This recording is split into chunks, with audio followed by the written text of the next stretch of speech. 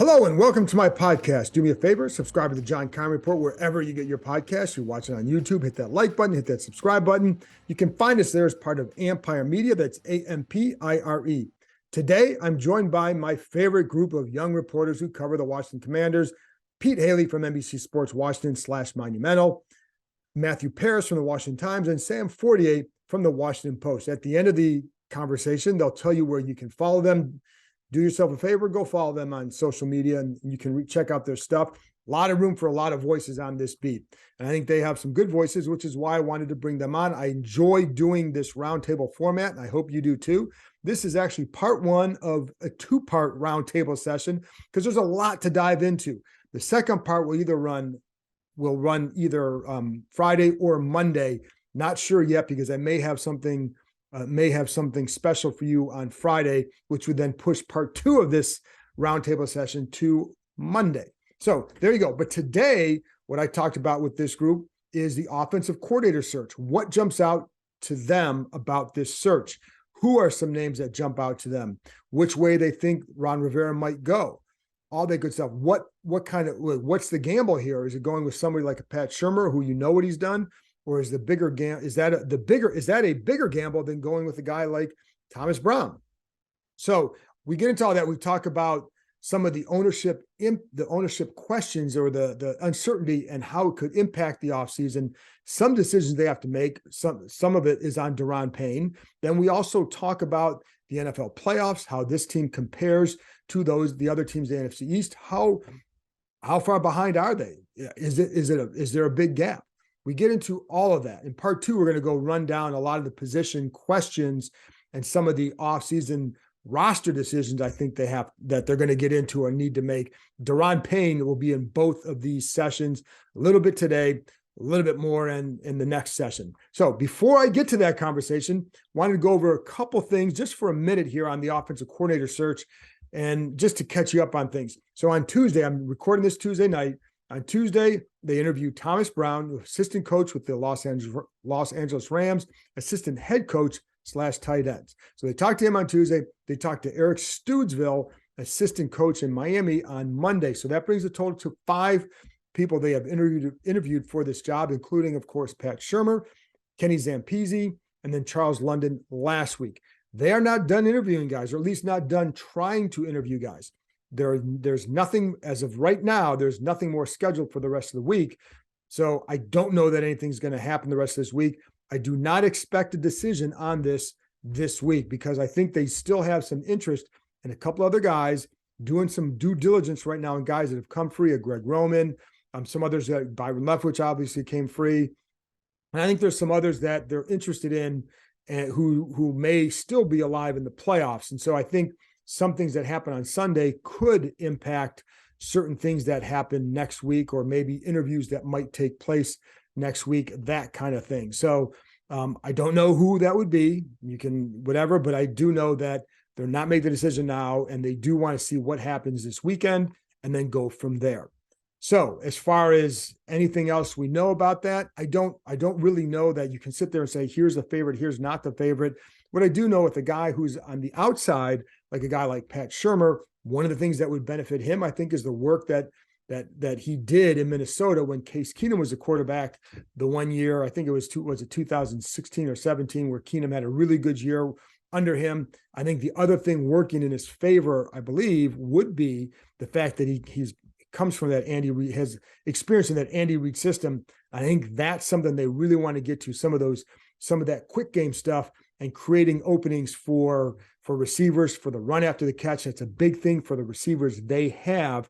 And I think it's also another factor for anybody coming in is going to be, how can you make it easier for the quarterback to determine what is going on with the man versus zone? For example, some of the things you'd hear from other people, whether it's players or whatever, sometimes where they go to, for example, an empty set and you just line up an empty. Well, if you line it up an empty, then you're telling what you're going to do right away. Not only that, but if you line up somebody in the backfield, motion them out, then you can see what is it that they're in, man or zone. So that just finding other ways to give the quarterback some more answers before the ball is snapped, and then maybe help them with their reads. Maybe that would help define some more of their reads after the snap. A lot of things like that. So that's all that stuff is stuff that they're trying to weigh and see which way they go. But I think it's one of those things as far as the decision goes is be patient, but in a hurry. So when you get that guy, for sure, you go through the process, but when you're done, you got to then act, because there are 9 other jobs or 9 other teams looking for offensive coordinators. They're not all looking at the same guys. So, and I don't know that Pat Shurmur has gotten interviews with anybody else. I don't know that he has. So anyway, that's what we know right now. Again, I don't expect a decision this week. I do think they want to get through the weekend, see what happens there, and then go from there. So that's all I got. Let's get to my conversation with Pete Hailey, Matthew Paris, and Sam Fortier. I always enjoy talking to them. I hope you enjoy it too. Well, I want to bring my hardworking trio back in because I enjoy having them on. I know you guys enjoy having them on. Most of them do a really good job. I don't want to leave anybody out, but I'll just say, Matt and Pete, keep up the good work. So I don't want to, I'm just kidding. We have Matthew Paris from the Washington Times, Peter Hailey from NBC Sports Washington, Monumental, whatever it is now, and then Sam Fortier from the Washington Post, whose paper is not for sale. Okay? Right, Sam? Monday was a weird day, man. Yes. So I'm just going to leave it at that. Yeah, exactly. But anyway, so I want to bring them on because we have a multitude of topics to cover, and I love their insight, and you should too. So I want to start with you got something to say already, Sam? Can I give a quick shout out real quick? This is not related, but my Nana, Myrna Hutchinson of Upcountry, Maine, has this thing called a Cricut. I don't know if you guys have heard of it, but it lets you customize some stuff. And so for Christmas this year, she made me a shirt that says Commanders football. Oh, that's fantastic. Wow. So I had to show out, and I have to say thank you very much to my Nana for hooking me up. And if you're not watching on YouTube, you need to get over there, even just for that 5 seconds, to see what the shirt looks like. There you go. Commanders football beat writer. That's fantastic. I wear a 2X, so. but also before we get in there too, and it was Matt Paris's 30th birthday on Monday. So, and we had a good time at Benihana's. And as I tweeted out something about how Ben brought the house down when he did that operatic version of Happy Birthday. Who knew Ben could read? Yeah. What's that, man? In Japanese, yeah. And I had tears in my eyes throughout. It was beautiful. It was a touching moment. So anyways, nobody wants to hear that anymore. Let's get to the offensive coordinator search, because as we speak, it is ongoing, and we're recording this Tuesday morning. So if something comes out Tuesday night, we're all screwed on this conversation, but this will be out Wednesday. So as we stand now, what has jumped out to you about this coordinator search? Sam, we'll start with you. Yeah, I think just the coordinators that they've brought in, obviously, you're looking for someone presumably that can develop a young quarterback like Sam Howell. That's who they've, kind of told candidates this is going to be our guy.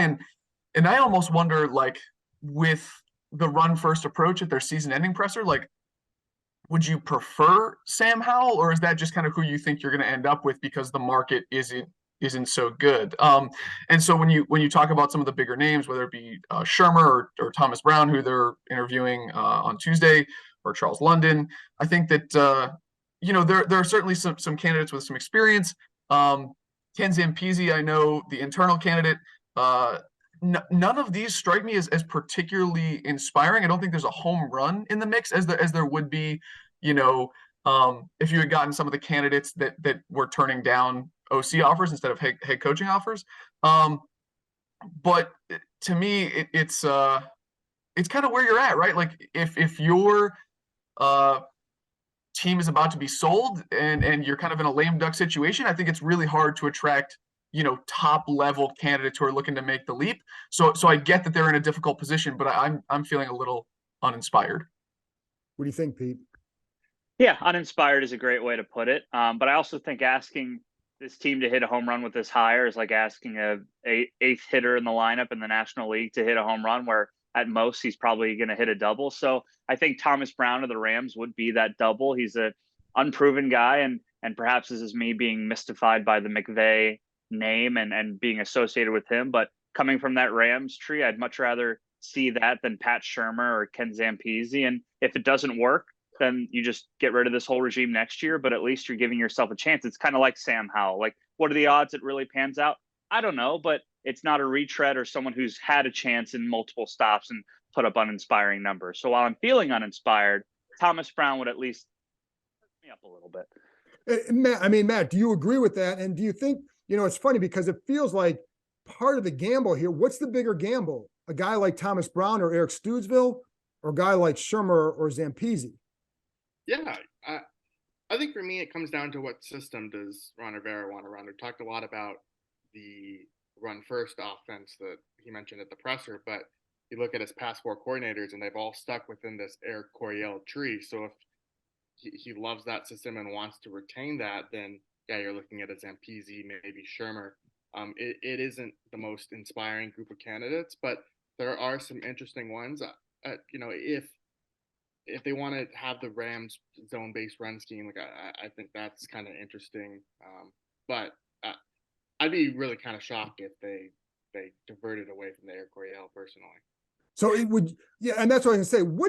What is it that you guys think they need most from a coordinator? Because for me, when I'm looking at, well, first of all, you need a good play caller. And when you're a first-time guy, it's hard to get that. But the other thing I wonder if they need is, the word I keep bringing up is energy. Who brings that energy? And not just the way on the field that we see during practice, a guy running around like, we know like a guy like Chris Harris brought energy. I'm talking as much in the meeting room and the game plan prep. What do you guys think they need most from the next offensive coordinator? I to jump in here, like, I think they need alignment between the front office and the coordinator, regardless of who it is. Because, like, if you look at 2021, they had so much success running the zone scheme runs with Antonio Gibson, trying to hit outside, and they had athletic guards that could do that. But then you go into last offseason and you get two guards who weren't capable of like getting out in space and executing some of the scheme. And I know that, like, I think Scott Turner actually did a decent job in terms of going to more gap scheme runs, running more duo inside. Right. But I no matter who you hire, no matter what scheme you hire, whether you stick with the Air Coryell or you go away from it, like, you then have to find the personnel that's capable of executing whatever that scheme is. And that alignment, I think, regardless, is key. What do you think? Energy and alignment are good words for me. And maybe this is a little basic, but just someone who's willing to force feed McLaurin and Dotson. And watching the Dolphins this year and how they knew they had two excellent receivers and they didn't care about balancing out the offense. They just targeted those guys over and over again. In Washington, Dotson and McLaurin are not at that level, and you're not going to have a quarterback like Tua probably who can distribute it, but there's no shame in having each of those guys get double-digit targets every game. It's basic, but get your best players the ball, and there's too many times this season where McLaurin's first target, you'd look down and be like, it's the second quarter with 4 minutes left. What's going on? And Dotson has to be healthy too, but like, you could have flexibility. Like, there's a lot of words I would like, but also just someone who's like, those guys are better than the people across from them. They're our best options. Let's figure out how to get them the ball. And I don't care what the coverage says. They are receiving passes. What do you think, Matt? For me, you just touch on it, Pete, but it is the play calling aspect of it. I mean, I think we can all agree that Scott Turner designed some cool plays, that his designs are pretty creative, but it was just the flow within the offense that they really started to stall out. And so I'd also, whoever, we haven't really mentioned Sam Howell in this, but if he is working with a young quarterback, to be able to have someone who can guide him, I think Taylor Heineke and Turner were not on really the same page last year a little bit. I mean, we can all think of that press conference interaction where Taylor said it was the cover two aspect of the red zone that was bothering the offense, that they needed to call better plays, and Turner said that they needed to throw in tighter windows. That exchange kind of really sticks out in my mind. So, alignment with a young quarterback, being able to develop him, and then just the actual play calling, I think, is really important. And that's a good point too, because even in the red zone, because there were definitely times where guys are open that the ball wasn't thrown, and then there's other times where you'd see a play like, I really like this play design, but does it work with this personnel? Like you brought up some of the guards in space, for example, and you'd see a screen like, holy crap, if that's blocked, it's 40 yards. And then the next question is, if can those guys block that? Will they ever block that? Is it something you go back to because you think, yeah, that guy can usually do that? So like there were sometimes you think like, that's a good play call, but is it a good play call for this talent? I think that there were three, to me, there were three major factors for the underperformance of the offense this year, whether it be play calling, quarterback, and offensive line. And obviously Ron Rivera is the one that has to sit down and kind of evaluate that and has decided like offensive coordinator has to improve. Maybe you can't improve quarterback. So can you improve offensive line? Can you raise the level of, can you fix a few of those things? Because I think that inarguably, you have the skill, talent, receiver, and running back for this to be a much better offense. I think tight end could use some work, and we could talk about that maybe later if you wanted. But I think he's taken steps. I think he's limited at quarterback, but the offensive line and matching the personnel and alignment, as I said, I think that's going to be super key. Pete, is this an attractive job for an outsider? It's like beyond the just there's only 32 of these jobs. Like it's somewhat attractive because of the skill guys, but really the ownership and every person listening to this understands what's going on with the ownership makes it really tough. And if you're a Pat Shurmur, maybe you just want to get your name back in the league and you're fine with it being a one and done. And hopefully you show, there's not very high expectations. So if you get this group to 15th in scoring average, that's going to be a pretty large step. And you can use that as a, hey, look, I did a pretty good job. Someone else should hire me. And if you're Thomas Brown, who, you interviewed for the Texans job, but maybe you don't get it. All right, this is a logical step. I'll do 1 year of coordinating. I like what I have and I can make it work and then get the hell out of here. But the lack of quarterback is certainly the biggest deterrent besides the ownership and the O-line. So the core of this offense still has so much to be constructed. And I think that really caps the potential of it. And Matt, he brought the quarterback spot too, because, we've seen how we know what they think of him. But, if you're an outsider, I guess, how do you look at that because, while they may be rolling with him, do we know exactly where he's going to go and when? And the other part to that is how important is it to not have to have him learn a new offense in his second year? Yeah, no, it's a great point. And, just looking around the league, like why I don't disagree that it's an unattractive job, but, Washington isn't the only team with a quarterback, like kind of mystery. You look at the Jets, Correct. They need a new coordinator, the Titans, the Colts, like, a lot of these teams are kind of in limbo. It's probably Jets. why they're searching for a new offensive coordinator. If they had a better quarterback, they wouldn't have had an opening. So, I think coaches would be willing to take a chance on uncertain situation. To me, though, it is the ownership more so than anything else. More so, and it's is the whole staff going to be here next year? Not if he's latching on to Rivera. Like I thought Jay Gruden brought up a really good point, that in 2020 he took the job of Jacksonville, even knowing that Doug Marrone was in trouble, and he was willing to take a bet on himself. Now that didn't work out for Jay, but you're going to need a coach like that.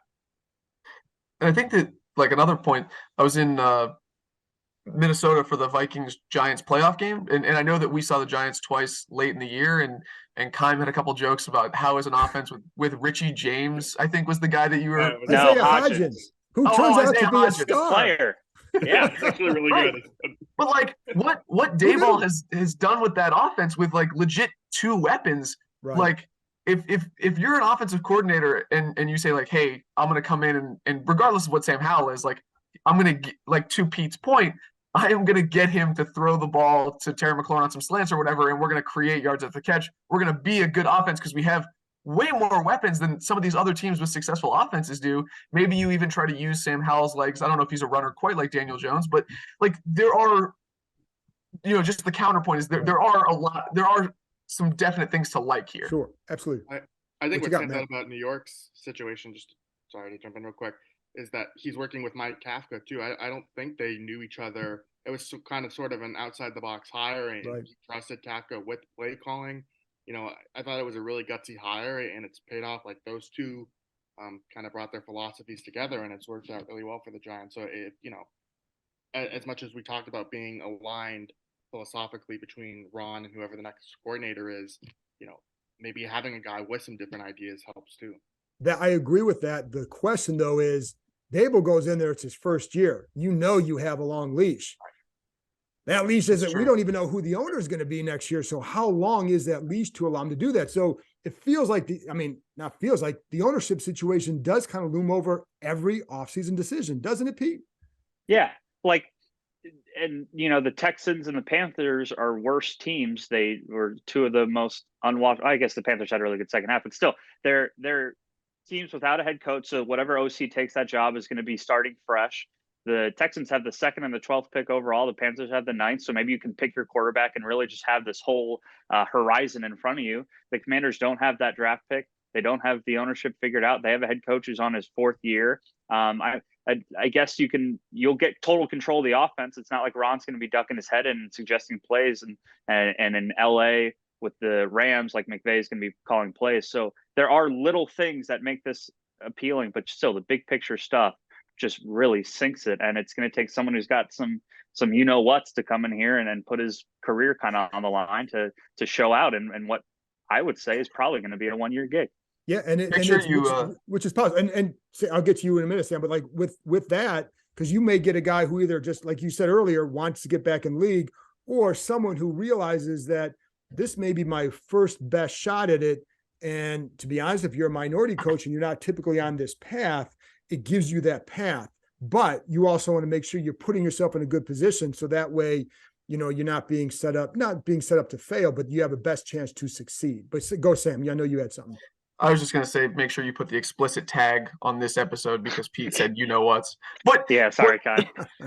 if I'm Ron Rivera, I actually think the short leash sort of would encourage me to make that outside the box hire. Because to Paris's point, like when you bring in a fresh idea, Ron Rivera has tried the retread. He has tried rebuilding Carolina, the Commanders, like that's been the joke. And it hasn't led to the results that he's wanted. So I think that's almost an argument to say, okay, I got 1 year, like I got to push a button I haven't pushed before, or I got to try something totally different. Will he do that? I'm skeptical, but I think that would almost be an argument for it. Yeah. To Ron's credit, like as much as he's hired guys that he's worked with before, I think kind of an outside the box hire for him was Jack Del Rio, and that's been the more stable of the two coordinator positions. They didn't work together previously, and Les wrote that story back in 2020 about how Jack called Ron looking for a job, and I think that's kind of they're aligned philosophically, but they didn't necessarily run the same schemes. They Jack, I think, adapted to a lot of what Ron likes to do, with the 3 safety stuff and everything, but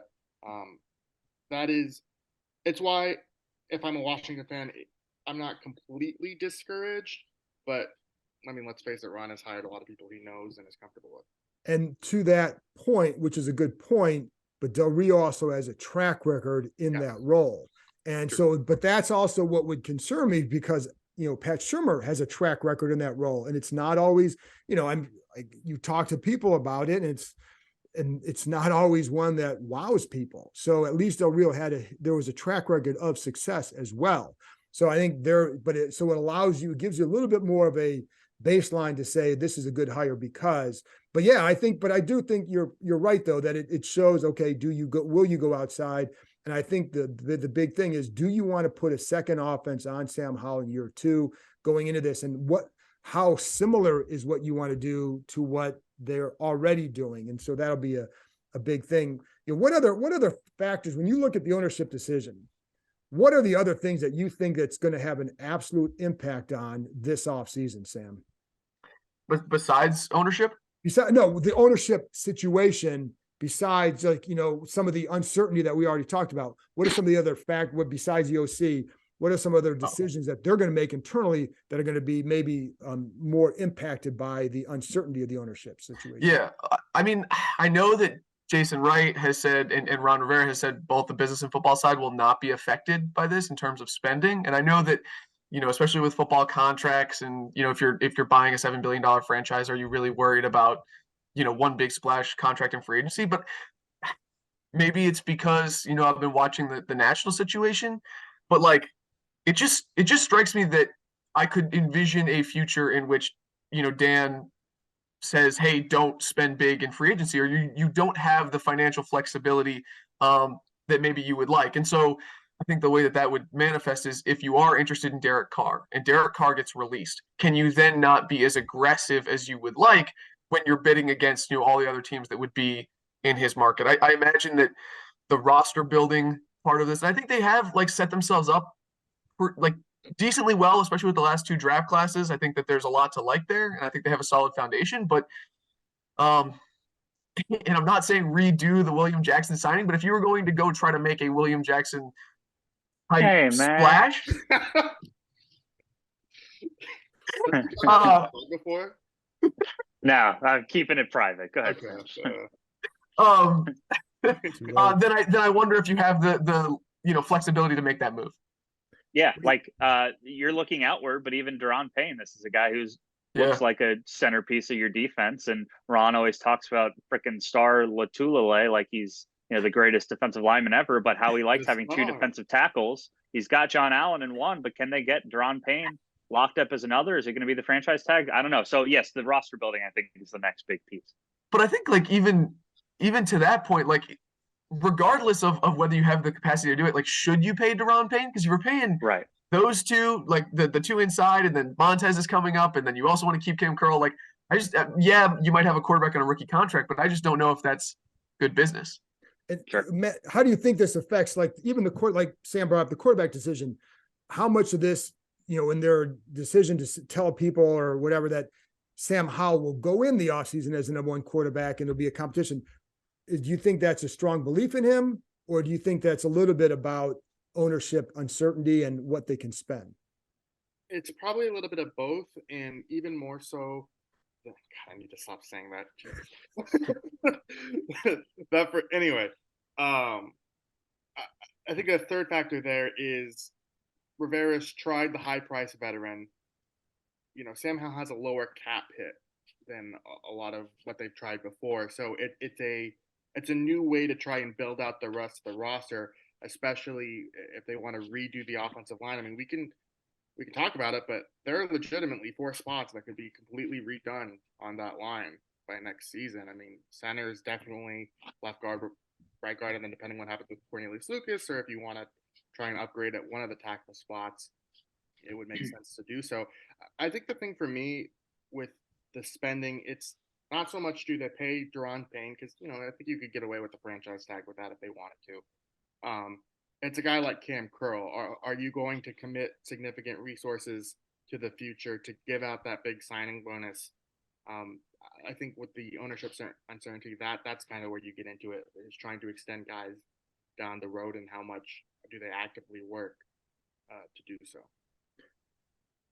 And then the other thing I wanted to address, or at least kind of bring up now, is looking at the NFL playoff, or looking at the playoffs. These, of course, the NFL. We're talking about the NFL, but looking at the playoffs and the NFC East, and you got all, you have obviously the Eagles, Giants, Cowboys all make the playoffs, get the second round. Where do you think, after watching the first couple of rounds, that this team stacks up going into the future against these other teams? Because obviously the Eagles are the class of it. Are there cracks more with Dallas and the Giants? What do you think, Sam? Looks like you have something to say. Well, when you talk about what's the difference between this team and the 3 other teams in the NFC East, it's hard not to say quarterback.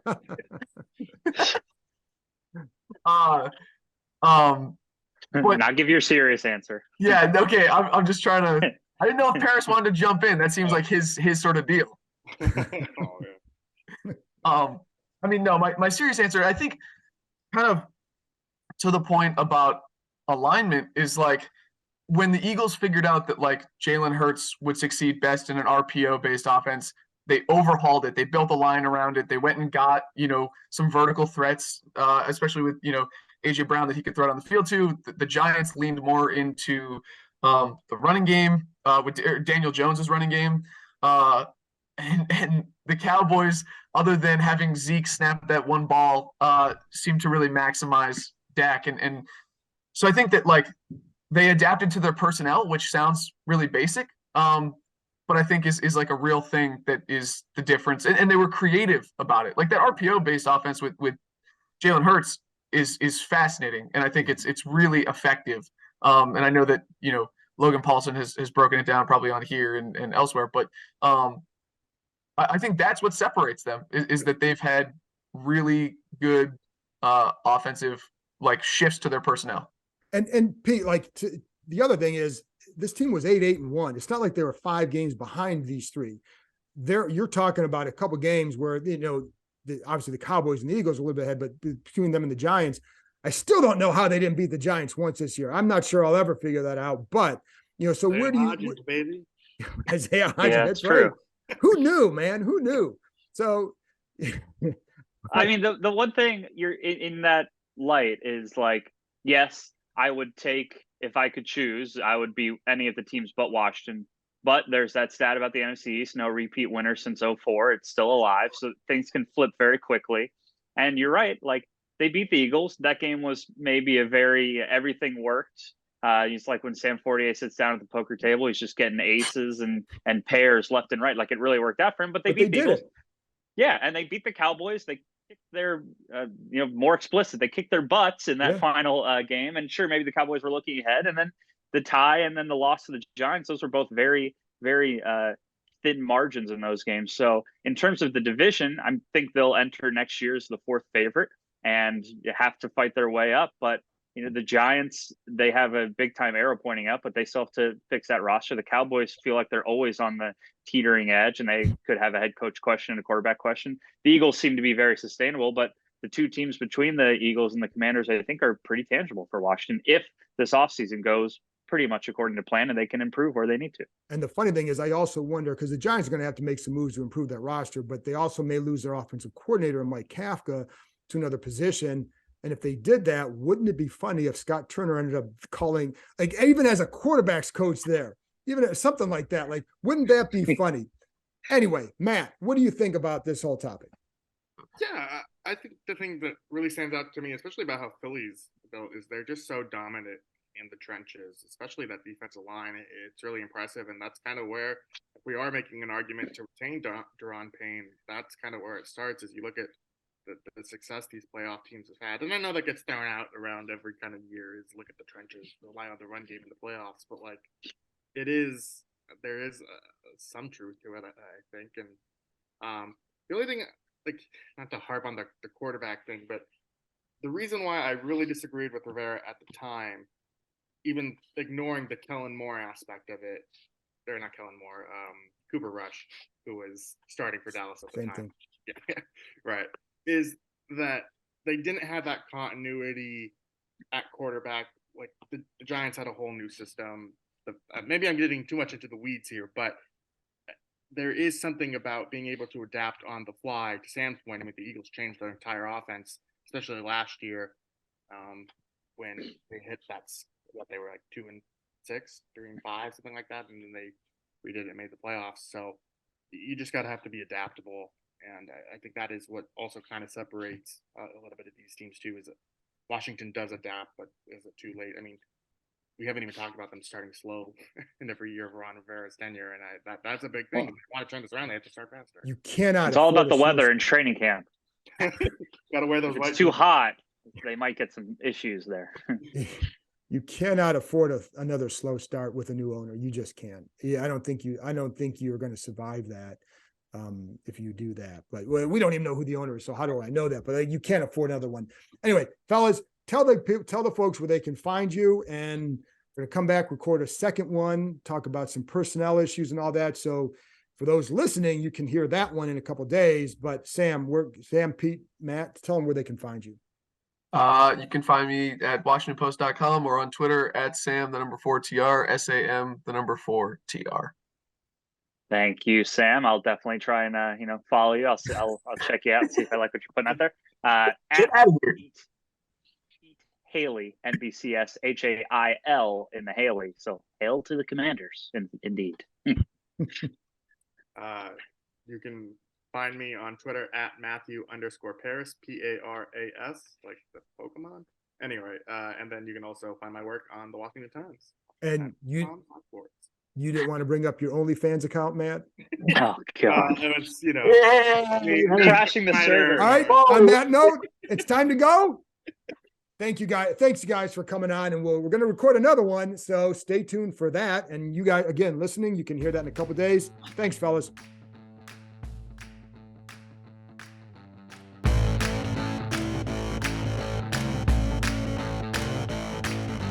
That's it for this episode. Thanks to Matthew, Pete, and Sam for joining me. And thank you, as always, for listening. I'll be back on Friday with another podcast. And again, it'll either be part 2 of this or somebody else. Talk to you next time.